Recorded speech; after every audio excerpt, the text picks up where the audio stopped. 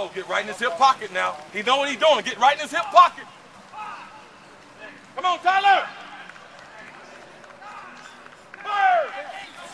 That's it. Good.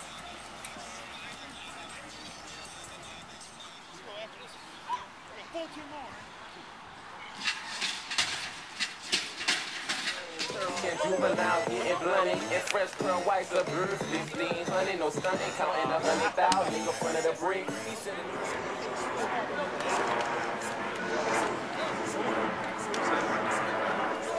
Alright, shoulders going to the right on the thigh, okay? In and out. There you go. More so. Like this, okay? Alright, I want you to slow down and I want you to spring in and out of it. Alright? Don't start and get in there. You can cheat just a little bit. Oh, it's like this.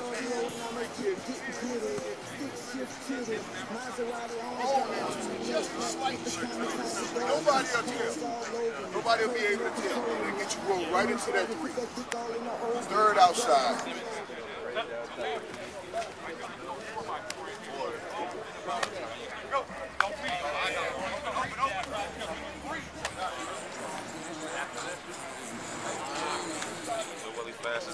He's the best trainer out here, man, and I've been working with him since high school. He worked with Chris Carter first, and I got a taste of it early, and I know that he's gonna get me prepared for regular the NFL season. In some ways, are these workouts comparable to what you see here in a couple weeks? I think it's difficult to duplicate what you have to deal with in training camp. The intensity, the physicality of it, just the mental that you have to go through in the classroom. It's hard to duplicate that, but I think it's pretty close to it. Still, your work ethic, I mean, as good as you are, and Michael was saying it at some point, there are other guys at home on vacation are as good as it gets. Elite receiver, still working your ass off. I saw Chris doing it. I didn't know any better when I was freshman, sophomore, junior in high school. When I went down to Boca Raton, I saw him doing it. I saw Randy Moss doing it. I saw Dante Culpepper doing it. If it was important enough for those guys to do it, and they're already elite players, then why can't I do it? And I just had that same mentality since I was young. Okay, yeah, give us an idea, first of all. Is this your first year? Second. Second. Tell me why you wanted to come back and kind of what this is for you. Well, I was saying before, this is in my backyard. I'm a Minnesota kid. To have this opportunity to work with Larry Fitzgerald, that brings in Michael Irvin, Chris Carter, Jerry Rice last year, Roy Green, and just a bunch of NFL college receivers that want to get better. And Bill Welly is the one that conditions us and puts us through a bunch of drills before we start running routes and work on those things. And, he's one of the best at what he does. He worked out Chris Carter during his prime, and he definitely gets the best out of us. And now we're running routes and learning from his best. All pro, Hall of Famers, and you can't miss this opportunity.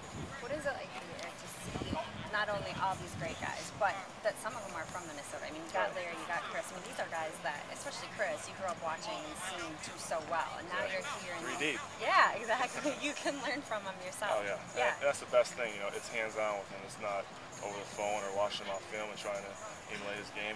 He's out here telling you, okay, this is how it's done. Getting off the ball, catching the ball, getting in and out of routes, and he shows you hands-on, and you can't replace that experience because that just makes you more confident and adds tools to your own game.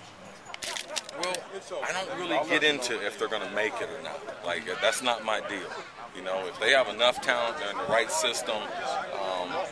I don't really get into it. The college guys, I talk about the commitment to the game. I talk about their commitment to their teammates. I talk about playing football the right way. There's a way this game was invented to be played, and I don't care how old I get, I always teach that. Testament to all the guys that are here. OTAs are over. They don't have to be here. This is voluntary, and it's an invite deal where some of the guys that say, okay, do you want to work? And it just blows up into, we started out 3 years ago with 8 guys. It's turned into 12, then it turned into 20, and now it's where it is today. The brains you pick, is this in many ways harder than some of the training camp practices these guys will endure in a couple weeks? I'm not going to say that. I know that this is hard. But what I'm trying to do is create an atmosphere of these guys to perform at a high level, get themselves conditioned so that when they do go into camp, they're not going to be injured, they're not going to have any problems, and they can take all the reps. They don't have to worry about the conditioning aspect. I like to tell a lot of coaches that I work with is that I'm trying to give you a better athlete. If I can give you a better conditioned athlete, a little quicker, now you can work on the skill stuff.